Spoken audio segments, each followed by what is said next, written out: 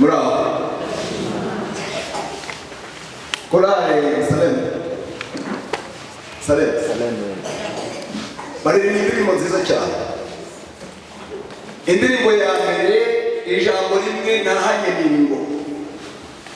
Yesu ni umukiza, ashobora kudukiza akaduhindura abashya nahabwa icyubahiro. Amen.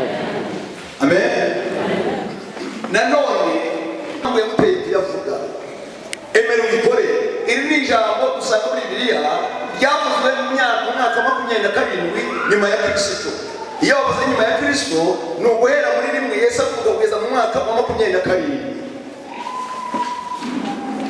Ngira ngo dufatanye kubafite Bibiliya. Turahera mu butumwa bwiza bwa Yesu bwanditswe na Matayo mu gice cya 28:19. Matayo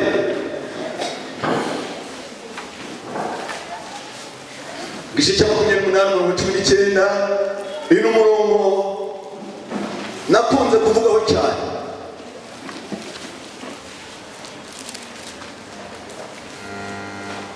Ngaho dusomere 28:19 haravuga ngo nuko mugende muhindura abantu bo mu mahanga yose abigishwa mubabatiza mu izina rya Data wa twese n'Umwana n'Umwuka wera, mubigisha kwitondera ibyo nababwiye byose, kandi dore ndi kumwe namwe iminsi yose kugeza ku mperuka y'isi. Akoze cyane. Aya ni amagambo yavuzwe na Yesu, ni inshingano yasigiye abigishwa be, bari basigiye umurimo kugira ngo bawukomeze babwirize ubutumwa bwiza. Iyo bavuga ubutumwa bwiza nta kindi ni Yesu Kristo wa wundi wapfuye agahambwa kandi akamabwira. Impamvu ari inkuru nziza iteye ibyiringiro. Iyo Yesu avukira mu isi, Yesu akayibatirizwamo, Yesu akayikuriramo, Yesu akabambwa, Yesu agahambwa, ntazuke, ntabwo ari inkuru nziza. Inkuru nziza ni uko yapfuye agahambwa, inkuru nziza ni uko yagenje hano. Amen. Ndashimira Imana ko uyu dusenga, uyu twitirirwa, uyu twamamaza ni muzima, yarazutse nahabwa icyubahiro. Amaze kuzuka rero yahaye inshingano abigishwa be, bamwe yarasigiye umurimo maze ari hafi gutandukana nabo. Habwiye tumva nahawe ububasha, nahawe ubutware mu ijuru na hejuru no mu isi. Yaramaze gutsinda urupfu, azazutse ari muzima. Satani n'abadayimoni bahunze, maze abonekera abigishwa be. Abwiye atumva nahawe ubutware mu ijuru no mu isi. Byanze bikunze iyo umuntu ari umutware agenza ate? Arategeka. Nta mutware utagira itegeko. Yarabategetse nk'umutware wanesheje isi, agahabwa icyubahiro mu ijuru no mu isi. Nuko mugende namwe muhindura abantu bo mu mahanga angana iki? Iyo bavuze amahanga yose, indimi zose, imiryango yose, abantu b'amoko atandukanye bari bahawe inshingano yo kubwiriza ubutumwa bwiza. Nuko abakiriye ubwo butumwa bakemera Yesu nk'umwami n'umukiza wabo bwite, hari icyo bazakorerwa, ikimenyetso kizagaragaza ko bakiriye ubwo butumwa bwiza. Bakemera Yesu, muzababatize mu izina rya Data wa twese, Umwana n'Umwuka wera. Kandi muhumure, ntabwo muri mwenyine, ntabwo ndi kumwe namwe uyu munsi gusa, nzabana namwe kugeza ryari. Ndashimira Imana ko ubu Yesu wabwiye Petero hano na Yakobo bazabana nabo ari kumwe natwe. Amen. Ntabwo yabanye nabo mu kinyejana cya mbere gusa, ntabwo yabanye nabo mu itorero rya Efeso gusa, yakomeje kubana n'abitorero uhereye muri Efeso ukageza muri iki gihe cya kabiri cy'itorero rya Kristo ku isi na uduce turimo. Yesu aracyagendagenda hagati y'itorero, arayiyoboye nahabwa icyubahiro. Yaduhaye inshingano rero yuko tugomba kubwira abantu ubutumwa, ni nacyo cyaduteranije. Niyo mpamvu nyamukuru itumye turangiza ibyumweru 2 nge nawe turi aha ngaha tutaribura mukoro mushyitsi watugendereye, kubera iryo tegeko rya Yesu yatanze agiye kujya mu ijuru. Niyo mpamvu hari abantu bageze mu ngo zabo bataje kugira icyo babasaba, babararikira kuza kumva ubutumwa bwiza. Niyo mpamvu nawe wayakoreye kuva mu byaha ukegeka urugi ukavuga tumba imirimo ntishira, reka njye bwiza wowe wese ugararika bivanye ku mutima Imana ikomeye umugisha. Yesu ashimwe. Yesu avuze neza yuko abazemera ubutumwa bwiza bagomba kubatizwa. Bagomba kubatizwa bati? Bagomba kubatizwa. Dusomera Abefeso igice cya 4.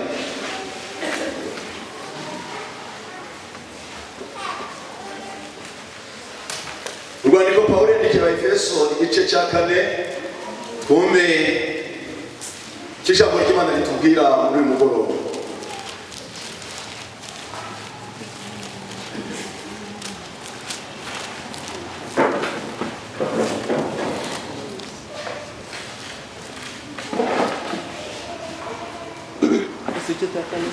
Abefeso igice cya 4 urasomera ku murongo wa 4. Hariho umubiri umwe n'umwuka umwe, nk'uko mwahamagariwe ikiringiro kimwe cyo guhamagarwa kwanyu. Uhagaze gato. Pawulo ari kwandika Efeso atuma ku bafite Bibiliya hariho nshuti turivuga ngo ubumwe bwo kugeza gute bwo kwizera. Hariho iki umubiri ingahe? Umwuka komeza. Hariho umwami umwe. Abami bangahe? Umwe. No kwizera kumwe. Kwizera kungahe? Umwe. N'umubatizo umwe. Hariho n'abatisimu singahe? Imwe. Hariho Imana imwe ariyo Data wa twese udusumba twese, uri hagati yacu twese kandi turimo twese. Hariho umwami umwe, kwizera kumwe, batisimu imwe, ibyiringiro bimwe. Ariko reka mbabwire, nongera nshima Imana yo yaduhaye Bibiliya. Nubwo Pawulo yandikiye Abefeso abereka yuko kwizera ari kumwe, ariko ku bantu twakurikiranye amateraniro uhereye no mu byigisho twize ejo twabonye kwizera ntabwo ari kumwe. Aho twigaga neza ubuhanuzi bw'umuntu bwa Daniyeli duhereye mu gice cya 7 tureba ibizakorwa n'agahembe gato kaje gashamikiye ku nyamaswa ya 4. Ubwo amahembe 10 yayabonaga Daniyeli kuri iyo nyamaswa idasanzwe, tubona amahembe 3 yavuyeho ariyo mama 3. Aho ya mahembe 3 yari ari hameze nk'agahembe gafite amaso nk'ay'ikindi, kandi kavuga ibigenge biti bikomeye, karenganya bera bisumba byose, kandi kigira inama zo guhindura ibihe n'iki n'amategeko. Ndagira ngo ku bibazo bike twabashije nimugoroba tugira ngo isomo ryumvikane, twabonye yuko mu bantu imibare y'abantu ntibabara kimwe. Aho umwe yashubije ngo umunsi utangira saa 6 z'ijoro, undi utangira izuba rirenze, undi ugatangira saa 12. Nyamara niba kwizera ari kumwe, Bibiliya ivuga ngo buragoroba bugenza buke buracya. Uwo ni umunsi wa mbere. Bivuze ngo kwizera kwabaye kwinshi. Nigeze mbabwira by'umuntu umwe twaganiriye mu bibutse, ambwira yuko rwose amaze kuzana abagore 4 ashigaje 3, kuko birivuga ngo hazabaho abagore bangahe? 7. Wabara abagore nk'abagore nk'uko tubafite nk'abadamu, akuva ko ashigaje 3 kuko amaze kuzana 4. Ariko uyu musaza umwaje tese umugore muvuga igihanuzi ashushanya ikigito n'itorero. Undi ati Pawulo yaravuze ngo kuko inda yawe yakunaniye ujye umagana n'iki, kubw'iyo mpamvu ntabwo nzasinda ariko nzamakayoga. Imyizere yabaye myinshi, aho abandi bavuga ngo kuri Sabato ku munsi wa 7, abandi bakavuga ngo umunsi wa 7 ni ku cyumweru. Iyo ni imyizere itandukanye, ariko duhereye mu isomo twiza nimugoroba twabonye ko umunsi wa 7 ntabwo ari dimanche, ahubwo ni ku munsi w'isa. None se kwizera kwabaye kwinshi. Pawulo ati batisimu ni zingahe? Batisimu igomba kuba imwe niba Imana ari imwe, kwizera kukaba kumwe. dukwiye gusangira n'ibyiringiro bibi. Nigeze umunsi umwe kiri hakurya muri Kongo muri Bwito, nigeze njya kuba umushyitsi kuri chapelle imwe y'Abagatolika twari duturanye nayo, baririmba indirimbo ishingiye muri kino gice cya kane. Abo karirimbo naragafashe bitewe n'uko byanditswe muri Bibiliya. Nyagasani umwe kirisimwe ukwemera kumwe batisimwe. Ntabwo mwigeze kujyayo? Batisimwe Imana imwe. Wamfasha wa ni nawe umubyeyi. Yego iyi ndirimbo ihamanya na Bibiliya, ariko se kubera ko Bibiliya ivuga kwemera kumwe kandi tukemera ko ijuru ari nimwe, reka mbabwire icyiza cy'Imana. Nta juru ry'umudivantiste ririho, nta ry'umupantekote, nta ry'umugatolika, ntabwo amajuru ari menshi kuko amadini angana, ahubwo ijuru niyo mpamvu nk'abashaka kujyana mu ijuru igihe kirageze ngo twicare tuganire ku ijambo ry'Imana. Batisimu zabaye nyinshi kandi utamuruge, nubwo batisimu igomba kuba imwe, batisimu zabaye nyinshi kurenza imwe. Ndatanguruge, hari batisimu cyangwa se umubatizo wo gukebwa, hari umubatizo wo ku gahanga, hari umubatizo w'amazi menshi, hari umubatizo w'umuriro, hari umubatizo wo gukurwa amenyo, hari umubatizo w'inkoni. Iyo yose ni imibatizo kandi umuntu yawubatizwa akabwirwa ngo urakijijwe uzajya hehe? Uzajya mu ijuru. Ariko ndashimira Imana, ako kavuyo kose k'imyizerere, ako kavuyo kose k'imibatizo, Bibiliya ibyo byose iratanga ubusobanuro, ikerekana umubatizo nyakuri wa. Reka tujye muri Matayo ku gice cya 3.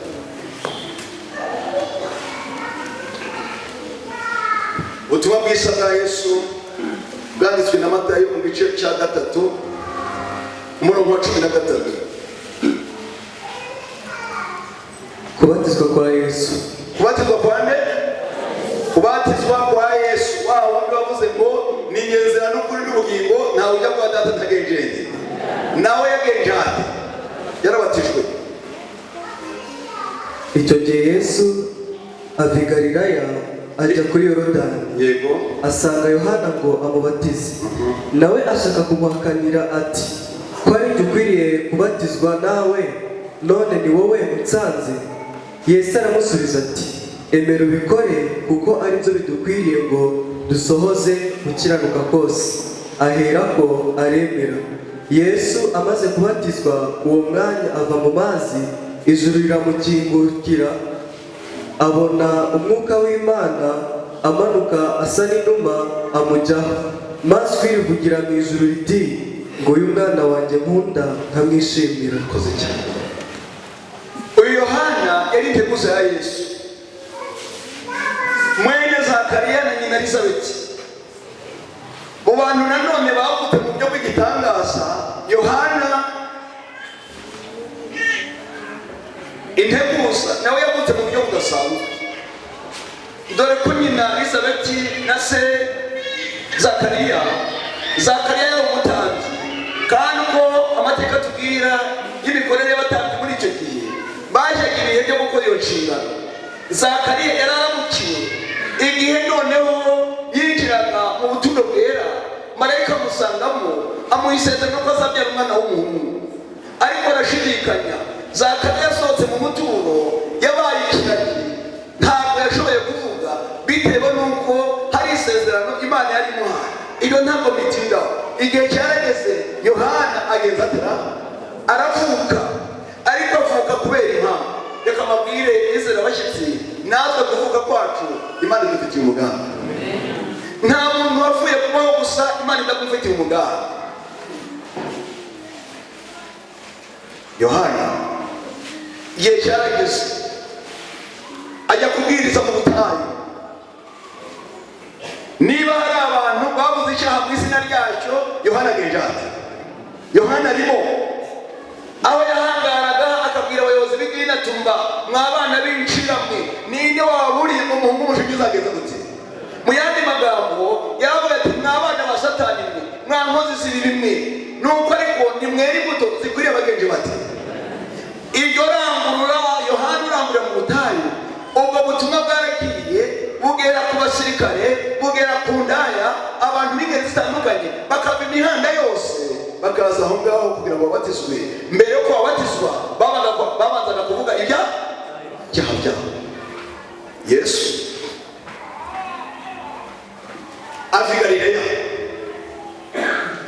igihe nawe yari mu nshingano za buri munsi yakoraga nk'umwana ushinzwe kuganira ababyeyi. Dore ko icyo gihe umwami wanjye nawe yari yujuje imyaka 27. Agenda yerekeza aho iyo turi kuvugira. Yohana yari arimo abatiza abantu batandukanye, bemera ibyaha babatizwa mu izina rya Data wa twese, Umwana n'Ikirema n'Umwuka Wera. Maze muvandimwe aradusomeye,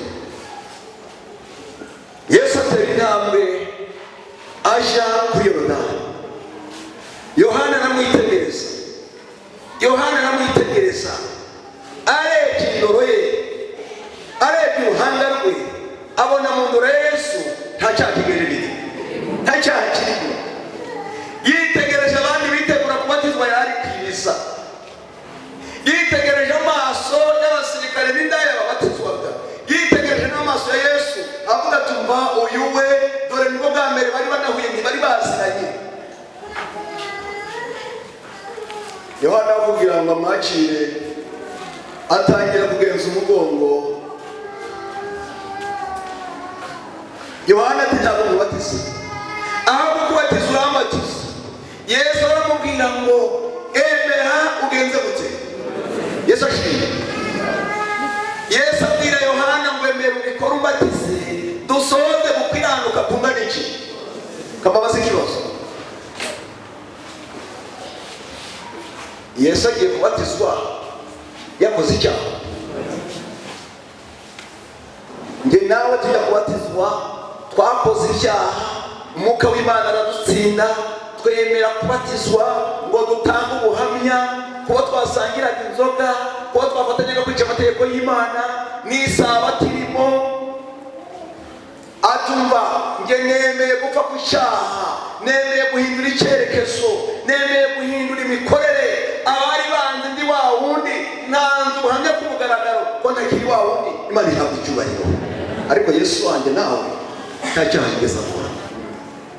Abwira Yohana mubatiza, atumva emera ugenze gute. Mushyikira ahangaha aya magambo yabwiwe Yohana, wemera ubikore.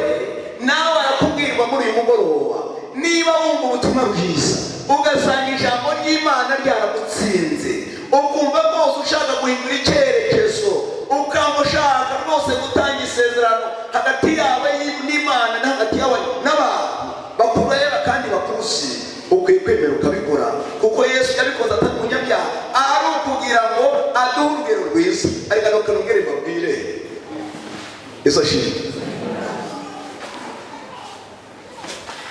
Yesu nubwo yari Imana, ariko Umwana bwe bwari buvanze n'umuntu.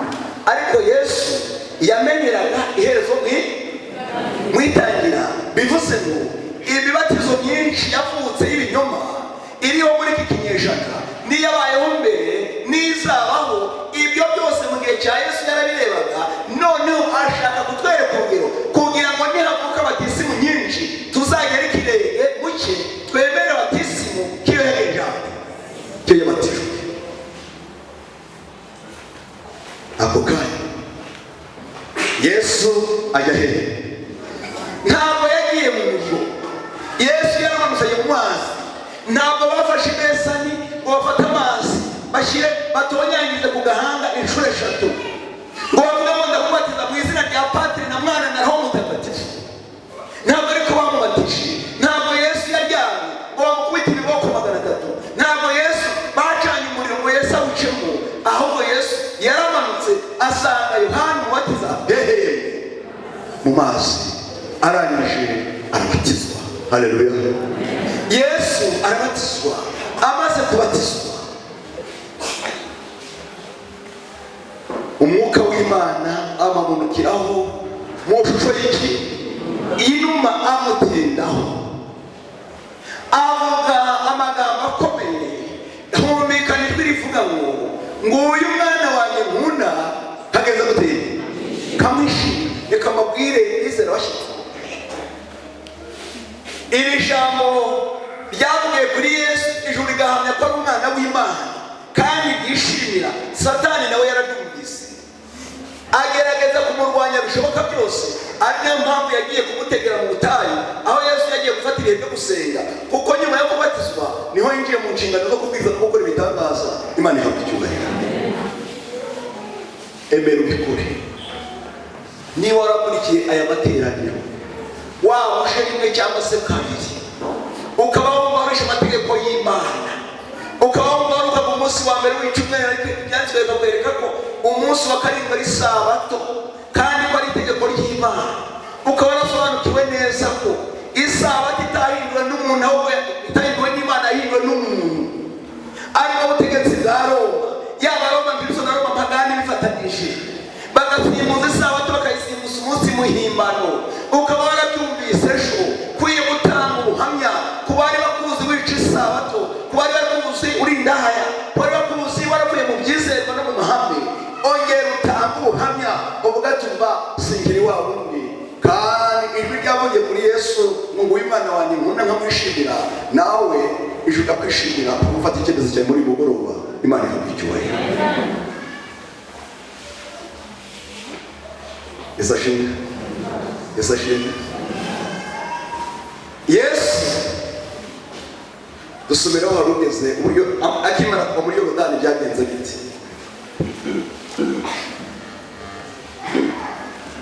Yesu amaze kubatizwa uwo mwanya ava mu mazi uwo mwanya ava hehe ntabwo Yesu yagiye mu mazi baramwiriza baramwinika nimusoma neza Bibiliya ntagatifu wayifite ntayo nabonye mu gice cya 6 uhereye ku murongo wa mbere mu rwandiko Pawulo yandikiye Abaroma berekanye ubusobanuro bw'umubatizo hepfo mu busobanuro andikamo uwabatizwaga yajyaga mu mazi bakamwinikamo uwabatizwaga yajyaga mu mazi bakamwiza bati kandi ababyeyi bazi kwinika abigeze bandinika amasaka cyangwa se imyumbati mwarabyibagiwe ariko muracyabyibuka bamwe kwinika mu yandi magambo ni ukurenza amazi imyumbati ukayinika amazi akayirengera kubatizwa ni ukwinika mu mazi menshi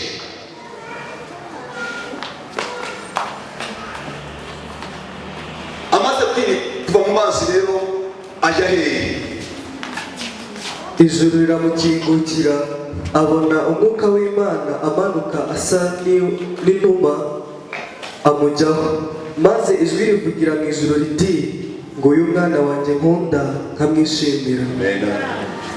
Komeza. Yesu ageragezwa na Satani. Yesu ageragezwa na Satani. Maze Yesu ajyanwa n'umwuka mu butayu kugeragezwa n'umwanzi. Amaze iminsi 40 n'amajoro 40 atarya abona gusonza. Umushukanyi aramwegera aramubwira ati niba uri umwana w'Imana bwira aya mabuye ahinduke imitsima. Aramusubiza ati handitswe ngo umuntu ntatungwa n'umutsima gusa ahubwo atungwa n'amagambo yose ava mu kanwa k'Imana. Maze umwanzi amujyana ku murwa wera amuhagarika ku gasongero k'urusengero aramubwira ati niba uri umwana w'Imana ijugunye hasi kuko handitswe ngo izagutegekera abamarayika bayo bakuramire mu maboko yabo ngo udakubita ikirenge ku ibuye. Yesu aramusubiza ati kandi handitswe ngo ntukagerageze Uwiteka Imana yawe. Umwanzi arongera amujyana mu mpinga y'umusozi muremure cyane amwereka ubwami bwose bwo mu isi n'ubwiza bwabo. Aramubwira ati biriya byose ndabiguha n'upfukamira ukandamya. Yesu aramubwira ati genda Satani kuko handitswe ngo uramye Uwiteka Imana yawe aba ariyo ukorera yonyine. Umwanzi aherako aramureka maze haza abamarayika baramukorera. Amen. nushavuge ngo amena. Iyo Yesu atsindwa nta byiringiro tuba dufite. Yesu amaze kubatizwa aje mu butayu, ajya gufata ibihe byo gusenga. Yari azi urugamba rumurindiriye, yari azi imitego n'ibigeragezo Satani agiye kumuteza. Arangije gufata ibihe byo gusenga iminsi 40 n'amajoro 40 atagenza ate. Ubusobanuro tubwira neza ko mu isaha Yesu yari ategereje igisubizo kivuye kwa Data wa twese, Satani yamusanze ameze nka marayika w'iki. Satani ni umugome. Iyo abantu bakina filime ivuga iby'imibereho ya Yesu, ku bayikurikiye n'abayikurikira, iyo bageze hariya berekana Satani asanga Yesu mu butayu ari ikiyoka gitoya kinini. Ikiyoka kinini giteye ubwoba. Ntabwo ari uko bimeze, yamusanze ameze nka marayika w'iki. Ariko kubera Yesu yari maso, yari yasenze, yari mu ijambo ry'Imana. Satani ni umuhanga zibyanditswe. Bashyitsi mwatugendere murabe maso. Satani ari gutegera abantu muri Bibiliya akabayobya, akabajyana mu myizerere itariyo. Iyo utari ijambo ry'Imana ngo rikuyobore, uzayoba rwose. Ukurindira ku murima, fata umwanya uje mu byanditswe, gira kwizera kuzima gushingiye mu ijambo ry'Imana. Wivuga ngo barambwiye, aho bavuga ngo ijambo ry'Imana riravuga ngo haleluya. Maze harya Yesu yarashonje, yaragenda ate? Satani aravuga ati Adamu wa mbere muri Edeni namutegeye kunda ndamutsinda, kandi mutsinda Edeni yuzuye ibigenje bite. Ibyo kurya by'amoko yose byari bihari. None uriya we mu butayu nta mabuye ahari, ni umucanga, nta kintu mba, ntabwo ncika. Maze akoresha ijwi ryoroheje, niba uri umwana w'ikintu. Satani akibwira niba uri umwana w'Imana ako kanya, kuko Yesu yari maso, yaramutaye aravuga tumva nta bamarayika banshidikanya, baranze ntabwo banshidikanya. Numva ati niba uri umwana w'Imana hindura amabuye imitima ugeze gute. Yesu atumva nakumenye we. Umuntu ntatumva n'iki? Ntatumva n'imitsima gusa, aho umuntu atumva n'amagambo yose ava mu kanwa k'ikintu. Maze Satani aragenda. Aho Yesu yatsindiye benshi bari batsindiye. Iyi nda yitwa mpemuke ndamuke. Abantu bari kuvanwa mu murongo n'iyi nda, bari guhemuzwa n'akamanyu k'ubuzima, bagahemuzwa n'inzoga bateze nazo z'imbumbano. Yesu yaratsinze, nitumwisunga ntabwo tuzatsinda. Arongera amujyana he?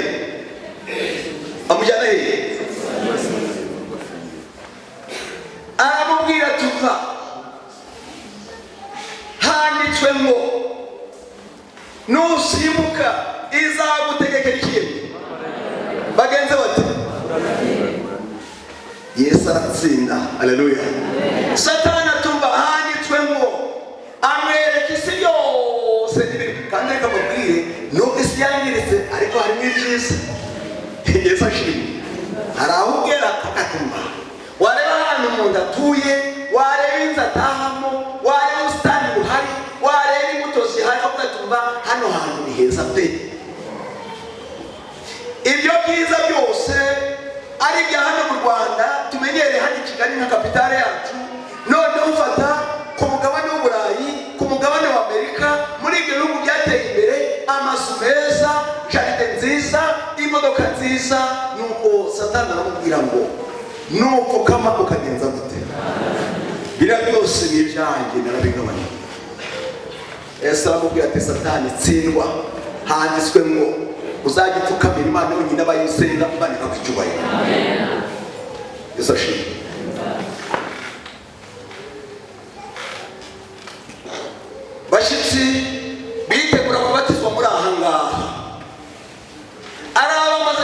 kwiyandikisha n'abo Satani akomeje guheza mu bwoba. Yesu amaze kubatizwa nta munsi mukuru yaterekesheje. Hari imbaga y'abantu batandukanye, kandi noneho yari guterekesha fete aho kuri Yorodani kuko ari umuremyi w'ijuru n'ikindi. Kababazi Yesu iyo ategeka amazi ngo kuko abantu bakunda ibinyobwa bitandukanye, kavuga tumba abakeneje kino gihande metero 5 karezi kiyaga muhinduke fanta, metero 5 z'ikiyaga muhinduke ubushera, metero 5 z'ikiyaga muhinduke amata. Hajya Yesu iyo abishaka yari kubikora kweka atakabuze ugashaka kubikora.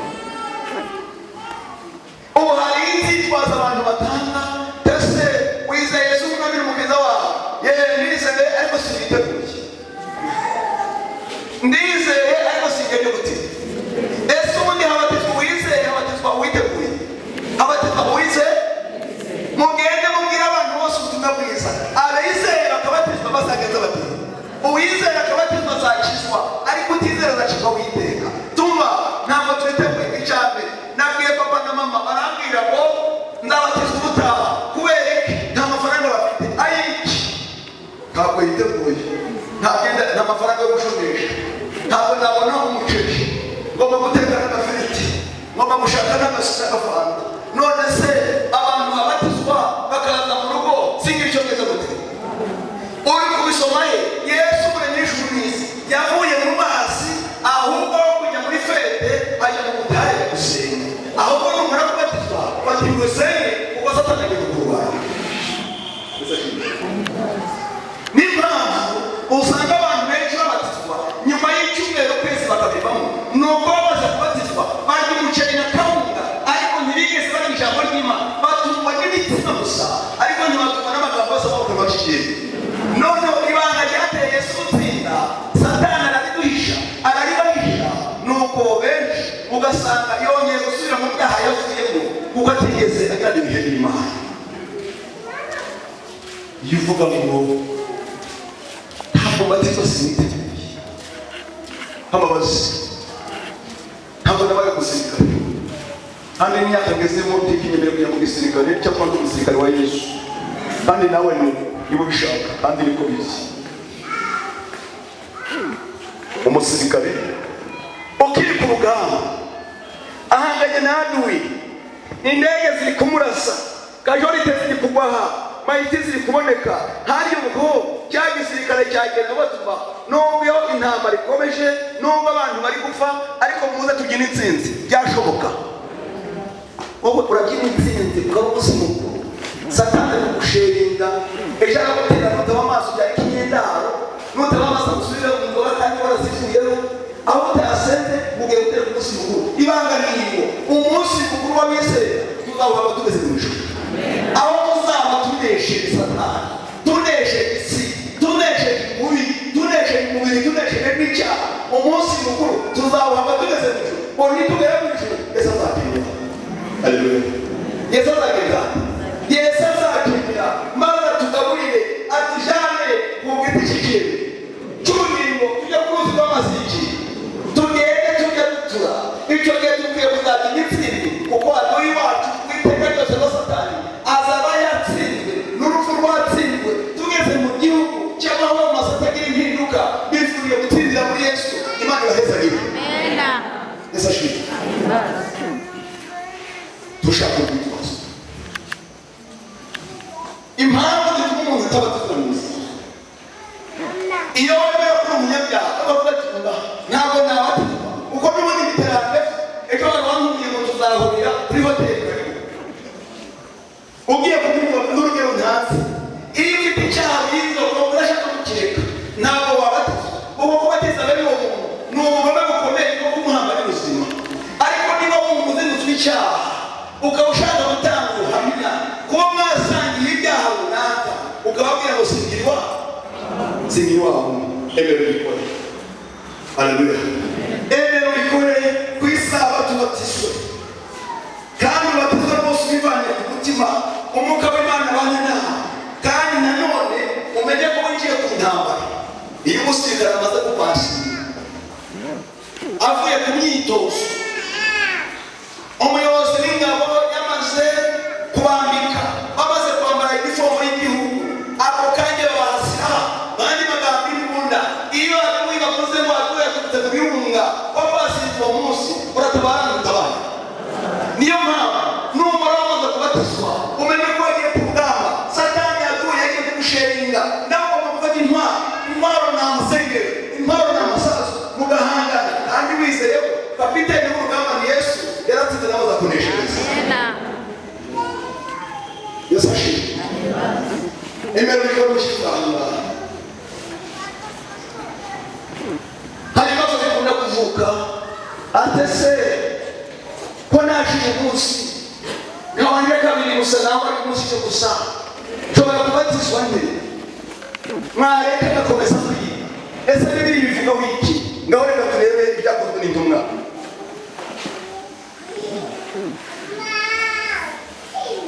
Igice cya 8:26.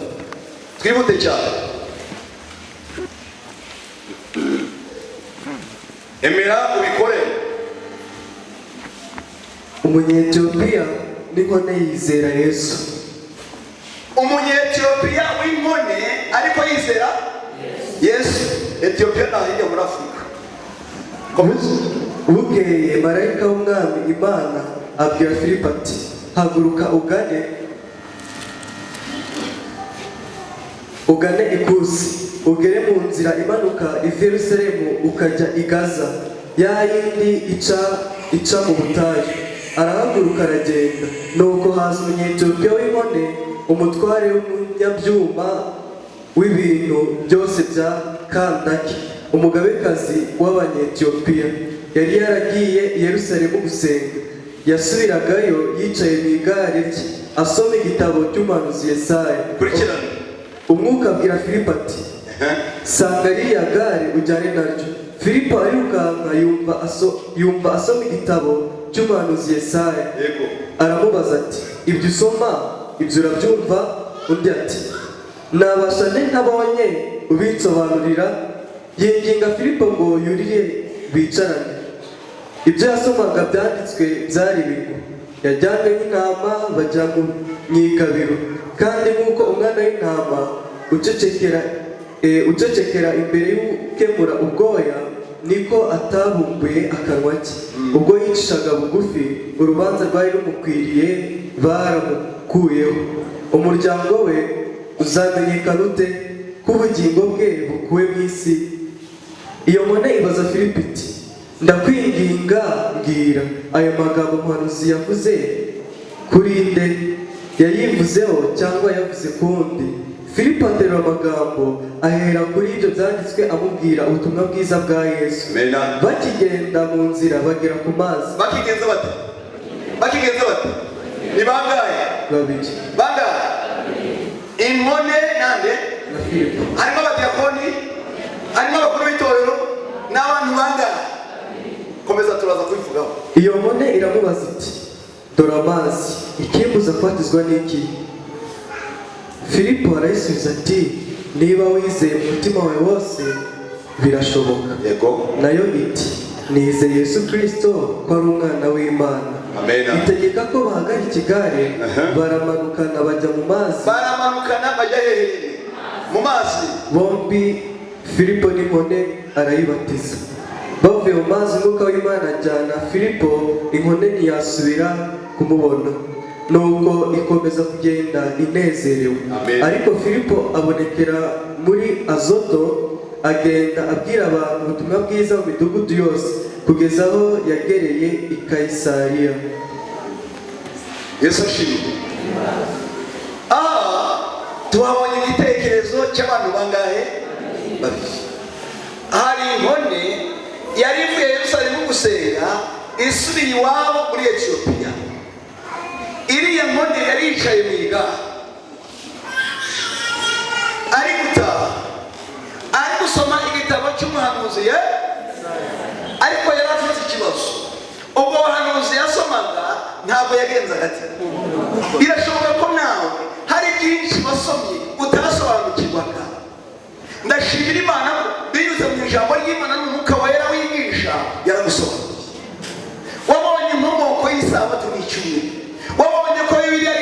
ry'Imana, wize ibijyanye n'urubanza, twiga iby'amategeko 10 ko adahinduka. Ibyo byose ntabyo wowe bimwe ntiwari ubizi. Imana ishima kuza muri aya materaniro urabisobanurirwa, kuko Filipo umwuka w'Imana yamujeho akamubwira ngo niyihute asange ririya gare. Niko nawe umwuka w'Imana yagusobanuriye icyaha. Umwuka w'Imana watsinze inkone ikemera guparika igare bakajya mu mazi bakabatizwa atari ku mutima wawe. Nuko Filipo ariruka abana amushyikiriye baricarana. Filipo aramaze atese ibyo usoma ibyo urabyumva? Ndatekana nabyumva nte nawe ubwenge gute? Arangije arasoma avuga iby'uwo mwana w'intama ucecekera imbere y'abayike mu rugoya. Nuko ahera kuri ayo magambo amusobanurira ubutumwa bwiza. Uwo yamubwiraga ni Yesu Kristo wagombaga gupfa agereranywa na ntama w'Imana ukuraho ibyaha by'abagiheri. Maze ayo magambo yayandi inkoni yasomaga ntibisobanukirwe, Filipo arayamusobanurira. Amaze kuyamusobanurira baragenda, bageze hariya ku kiyaga berekeje wenda Braseri, niyo batahaga akagereranyaho munsi. Nuko Filipo ko yaramaze gukoreshwa na mwuka w'Imana akemeza iyo nkoni, inkoni irangije iraparika. Ibaza Filipo atari ko hari ngaya amazi, hari ngaya ikimbuza kubatizwa n'iki? Niba mwakurikiye, Filipo yakoze amavuna y'ibyumweru 2, amavuna y'amasaha 12. Noneho maze icyumweru usa uyu mwanya ndangije hafi iminota 40 ndimo mvuga. Iyi minota tumaze gukoresha ntabwo Filipo yayikoresheje, nta rwitwazo. Reka nkubwire inshuti yanjye, isaha imwe ushobora gufata umwanzuro wo kukurimbura, kandi nanone mu isaha imwe nangwa mu munota umwe wafata icyemezo cyaguhesha ubugingo buhoraho. Icyo ni ukuri. Uyu mwanya rero urafata icyemezo wemere ubikore, kuko na Yesu yarabikorewe kandi niwe rugero rwacu. Nuko yihuse barangije Filipo aramaze atese urize nizeye Yesu Kristo ko ari umwana w'ikintu. Igare barisigaho bamanuka mu mazi. Amen. Kanswe wowe Filipo amanukanye n'umwitegura kubatizwa bombi. Nta Yesu bari bitwaje ngo aramuhanagura, nta myenda yari afite ngo yambara avuye mu mazi. Icyo yakeneye gusa ni ukubatizwa. Ibyo kuvuga ngo ndabandanye gushonesha, ibyo kuvuga ngo ndahamagara iwacu muri Etiyopiya bateke, ibyo ntibyari birimo. Icyari kimuneje ni iki? Mpindutse icyaremwe gishya byawuga kabiri, nsinze kamere ya kera orandingo. Ariko muririmbe murabiyongoye iri kuririmba inezerewe, imaze kubyaruka kabiri. Ntabwo kuvuga ngo ntabatekereza nshuti yawe ukwiye gufata icyemezo, kuko iyi nkoni yafashe icyemezo. Wemere ubikore mu izina rya Yesu. Aranyeza. Haleluya. Ese reka mubaze, iyi nkoni ivuye mu mazi yari inezerewe? None se uko mwasomye yagiye guhinduranya imyenda? Ntabwo yari abyiteze. Yagiye inzira yose. Munazirikane ko na Filipo wamubatije ndiyamuherekeje bamugeze hehe? Ntabwo yamugejeje mu rugo, yamaze kumubatiza. Umwe agenda ukwe, undi agenda kwe. Nuko ya nkone igenda yicaye ku igare, amazi ari gushobonoka ku makanzu, ariko nta pfunwe nta kimwaro, kuko byawugaka agaheri. Kanswe wowe ku isabato abadiyakoni babukereye biteguye kuguherekeza. Haleluya. Korali Salem Singers yiteguye kuririmba. Haleluya. Umva pastor azaba hari, abakuru b'itoro bahari, amakanzu ahari. Mbega Yesu ashimwe. Emera ugenze gute? Kuri dushaka urwitwazo.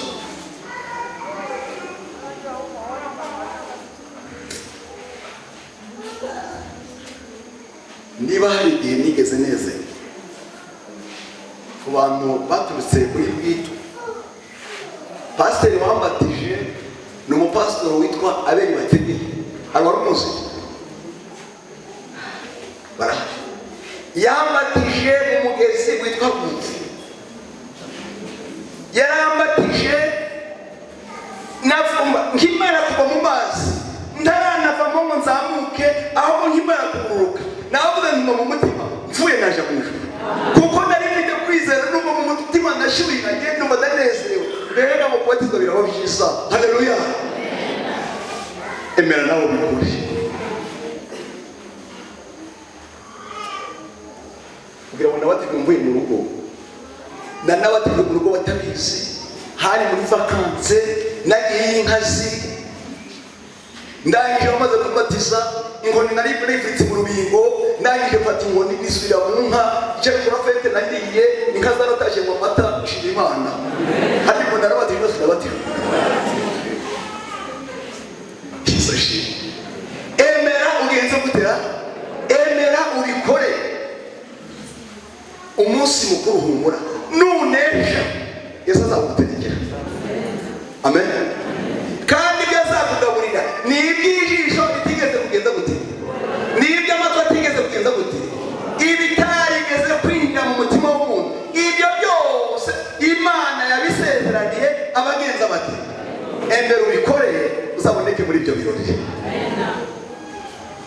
Inkone rero ntabwo byayisabye icyumweru, byayisabye amasaha, ahubwo umwanya yabonye yawukoresheje neza ubyaza umusaruro. Twerekeza ajya mu nuguru y'icyigisho.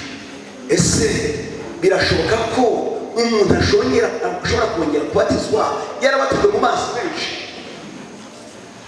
Nari umuprotesitanti, nanjye ubwanjye nari umubatisita.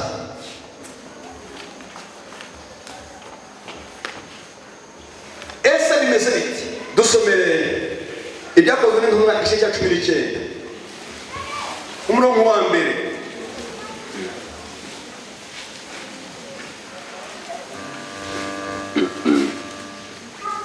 Abigishwa ba Yohana umubatiza buzura umwuka wera. Abigishwa ba Yohana umubatiza buzura iki? Reka mbabaze, Yohana yabatizaga uwo mubatizo wo kwiriza mu mazi menshi. Komeza. Apolo ari Korinto, Paulo anyura mu bihugu byo haruguru asohora muri Efeso, asanga abigishwa bamwe muri Efeso, arababaza ati mwahawe umwuka wera mutangiye kwizera? Baramusubiza bati ntabwo twari twumva yuko umwuka wera yaje. Arababaza ati mwabatijwe mu batizo ki? Baramusubiza bati umubatizo wa Yohana. Paulo ati Yohana yabatije umubatizo wo kwihana, abwira abantu kwizera uzaza hanyuma ye ari we Yesu. Babyumvise batyo babatizwa mu izina ry'umwami Yesu. Paulo amaze kubarambikaho ibiganza, umwuka wera abazaho. Ihangane wicaye vuba. Yesu ashimwe. Reka mbabwire, mu Baroma aranditse ngo ukebwa k'umuntu kugira agaciro iyo muntu yumvira amategeko. Iyo utumviye amategeko y'Imana umeze nkaho utigeze ukebwa. Bivuze ngo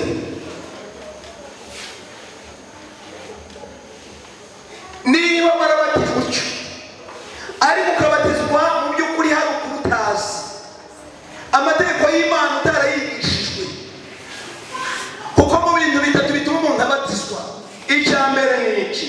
Ni ukwizera, kwihana no kumvira amategeko y'Imana. Igihe rero amategeko utigeze yumvira kuko utayigishijwe, umeze nkaho utigeze ukebwa. Niyo mpamvu uyu mugoroba ukwiye kwemera ukajyamo ukabatizwa. Nubwo wabatizwa mu mazi menshi, wasigaye ubanza amategeko y'Imana ku mugaragaro, urahakana, emera ubikore kugira ngo usohoze gukiranuka kose.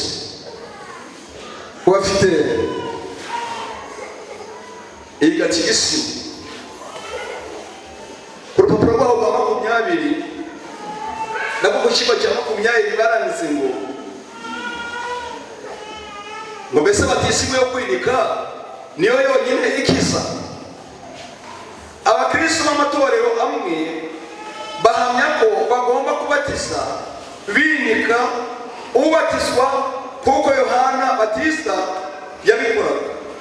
Abagatulika n'abaprotestanti benshi basuka amazi ku mutwe w'ubatizwa, none barabaza ngo ufite ukuri ninde hagati yande nande?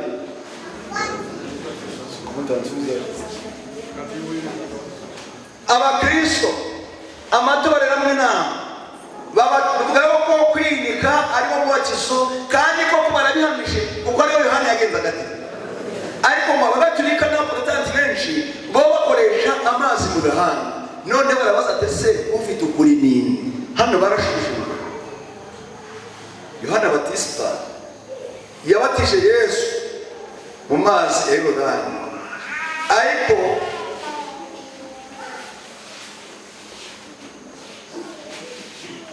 yaranavuze ati uje ankurikiye andusha ububasha, ngewe ndabatirisha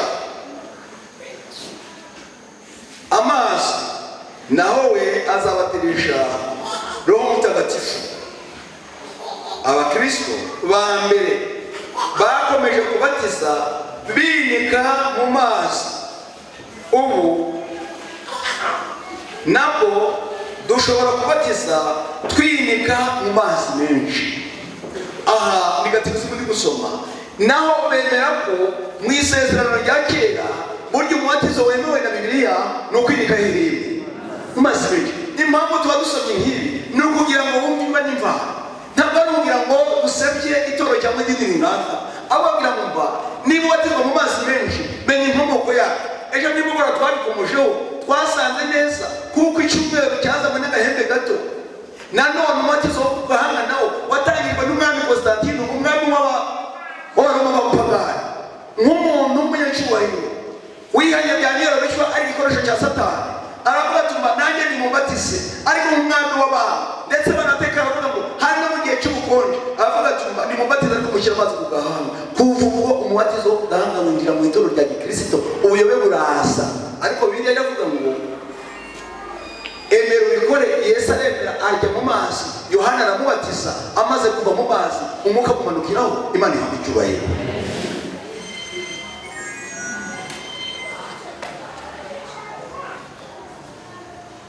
Emera ubikore. Mwene data mushiki wanjye, ibyanditswe byera byose byahumetswe n'iki? Akamaro kabyo ni akangaka, ni ukwigisha umuntu, bikamukebura, bikakwereka umurongo ugomba gucamo. None Bibiliya yavuze ngo emera ubikore. Tubonye yuko umuntu wizeye akabatizwa azakizwa, kandi kwizera no kumvira ibyo byose bikwiye kuranga umuntu wemeye kubatizwa. Niba wizeye ukihana ukumvira amategeko 10 y'Imana ndetse n'Isabato irimo ukaba ubyemera utyo, emera ubikore ubatizwe, utanga ubuhamya uvuga tuva sinkiri wa wundi. Amen. Kanongere ndutse kagatekerezo nababwiye ushize kuriya mugabo Augustine, narakababwiye wari indaya kabuhariwe, ariko umunsi ufata icyemezo tuzongera gusambana. Igihe mugenzi we yamuhamagaraga ashaka ngo amusubize mu cyaha bakoranaga, Augustine aramubwira tumba nakubonye ni wowe, ariko ngenda guhamiriza ko ntakiri wa wundi, sinkiri umusambanyi, sinkiri umwinzoga. Burya mushiti yubatijwe ubutanze ubuhamya kuri babandi bari bakuruzi muri bya byaha bya kera, ukababwira ati bye bye, sinkiri wa wundi. Amen.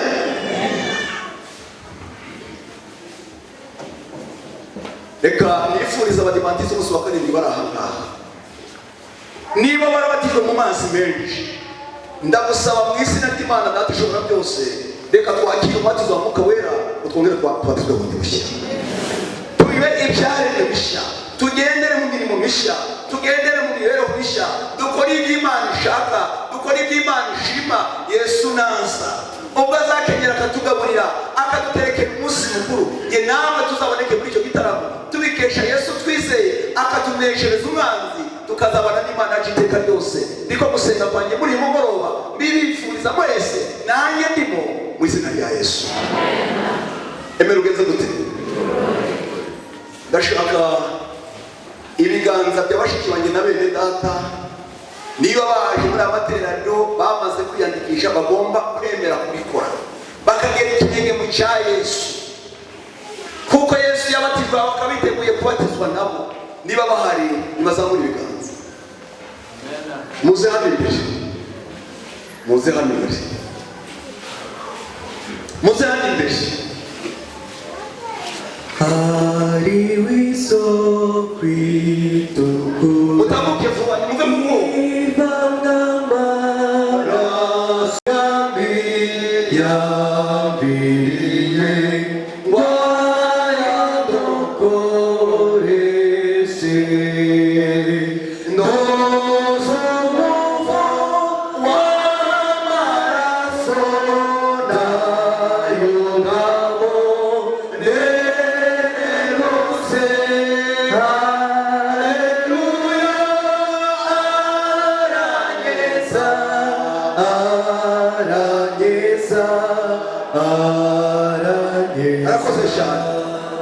Yesu ashimwe. Yesu ashimwe. Ntabwo mwahisemo nabi. Icyo mugiye gukora cyo kujana gikorewe. Nta wundi uri aha ngaha. Umushyitsi waje uyu munsi agatera intambwe nk'uko inkone yabikoze, akavuga ati nanjye ndemera kubikora kuko na Yesu yagenda. Umushyitsi uri aha uvuga tumva nanjye ndemera kubatizwa nkajya mu mazi menshi kuko Yesu yabatijwe. Nanjye natanga ubuhamya ku bari banzi muri ya mibereho ipfuye, kuri ya mibereho y'igipagani. Mpinduye icyerekezo, mvuye mu nzira ngari, niyemeje kujya mu irembo rifunganye, kandi Yesu niwe niyemeye gukurikira, kandi nimukurikira nzagera iyo njya amahoro. Umushyitsi uvuga tumva nanjye ndemera munshyire ku rutonde rw'ababatizwa, tera intambwe. Ese hari uhari? Shyira ibiganza hejuru turebe. Uvuga ati nanjye munyongere ku bana, we n'umukobwa wanjye. Niba ari umukobwa niba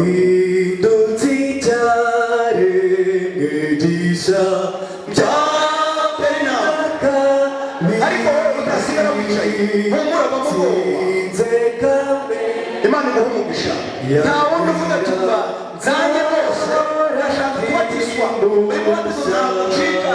Nzi imyaka maze ntabwo ushize, kandi Satani umugambi arakutira mu byaha no mu Yesu akatsinda mu mugabane, ariko cyane Yesu aramutsindishiriza.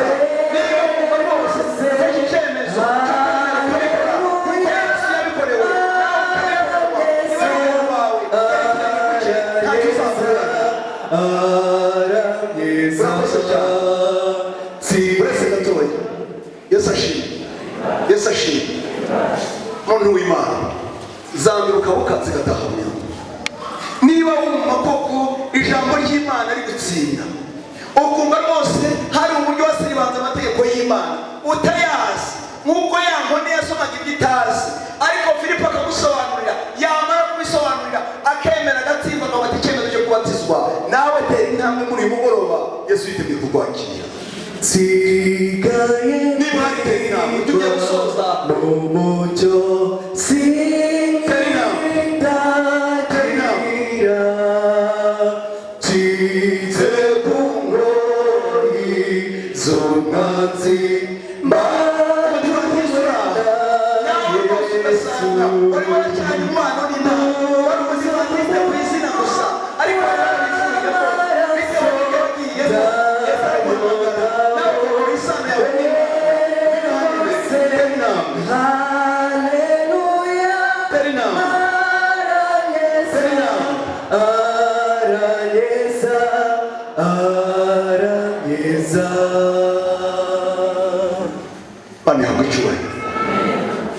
Ese muri mwe hari wari wabyara abana bangana batya mugeze kimwe? Imana nishimye. Hari n'abandi basibye badahari, nabo Yesu azabazana. Kandi nawe wirinde kuba nka Filipo wabwiye Pawulo ati ubuze gato mukageza gute, ukabuze gato munyemeze kuba umukristo. Nyamara nimusoma neza amateka ya Filipo, nta yandi mahirwe yongeye kubona, kuko umwanya yahawe wo kwihana yawufashe igihe. Nshuti yanjye, nta kambi n'umurasire w'umwuka wera binyuze mu ijambo ry'Imana atari kumurikira umutima wawe. Ntajwe n'ibikubwira ngo haguruka ukaririmira ko ari iby'abadayimoni, ko ari ibya Satani, kugira ngo utsinde muri ubwo buyobe no mu buhakanyi. Niba uhari bose wiminira ibyo ntongere kuririmba ihanganira turashoje. Niba haratambika n'urasa tera inama iryo riri gukomora aragira wiki araguseka n'umudayimoni nawe mwongorera mu mutima tuba nakumenyera Satani tsinda mu izina rya Yesu. Hari tera inama Yesu araguhamagara none arawifuza uyu munsi igituma wanga kwitaba ukayobagurika. Uyu munsi wa none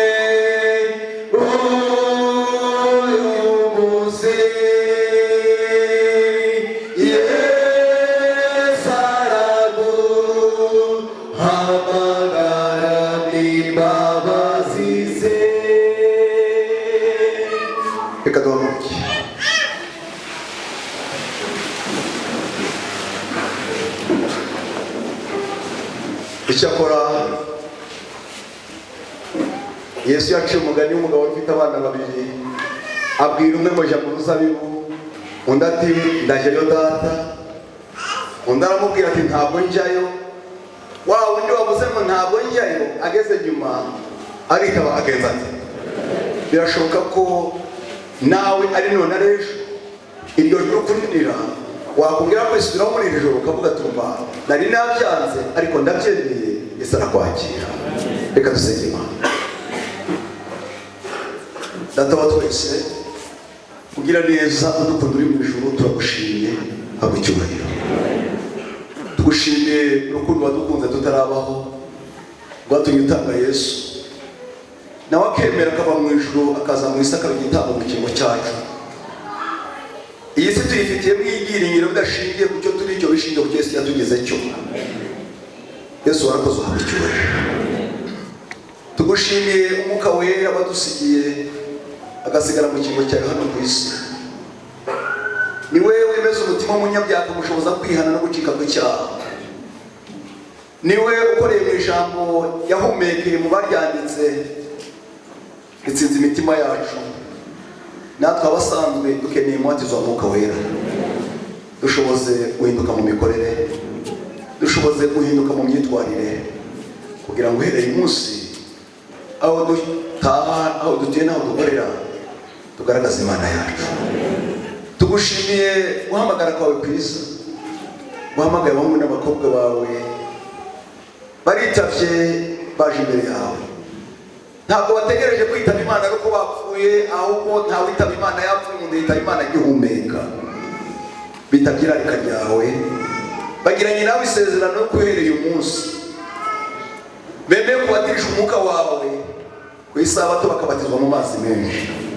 Uhereye umunsi ubare gukiranirwa kose, intege nke, amafuti, uburyo bwose bwabaranze butagushimishije, nk'Imana ibabarira itazimbura, batwikirize gukiranuka kwawe kandi batsindire Satani. Agiye kubarwanya, abateza inshuti mbi, abateza abigisha b'ibinyoma baturutse hirya no hino. Akwinginze Mana ubarwanirije, ubahamagara amazina, barinde uburwayi, barindire ababyeyi kuba bafite, barindire abaturanyi, imiryango babamo uyibahera umugisha. Kandi bagiye kubatizwa muri iri torero badusanga, uzadushoboze kubabera ingirakamaro. Urakoze kuko twumvise, urakoze kuko ushimye kwitanga kwabo. Reka iri joro uturindire umutekano, udukomeze udushoboze gukomeza gutekereza ku byawe, kandi nituryama uduhe ibitotsi byiza. Nubishimeje mu gitondo kugira kudukangura, uzaduteze intambwe muri hamwe, uzadushimira urukundo rwawe. Abashyitsi batahagurutse mu mutima bari gufata ibyemezo, kugira ngo ejo nabo nubateze intambwe bakaza, ndetse n'uyu mwanya wo tugiye gusohoka bashoboze kunyonyoma nk'uko Nikodemu yanyonyomye, nabo bakire. Ibidukwiriye bifitwe nawe, kandi urambuye ibiganza mu biduhe natwe dushobora turambuye ibyo kwizera ngo tubyakire bitubere nk'uko Imana ishaka mu izina rya Yesu. Amen.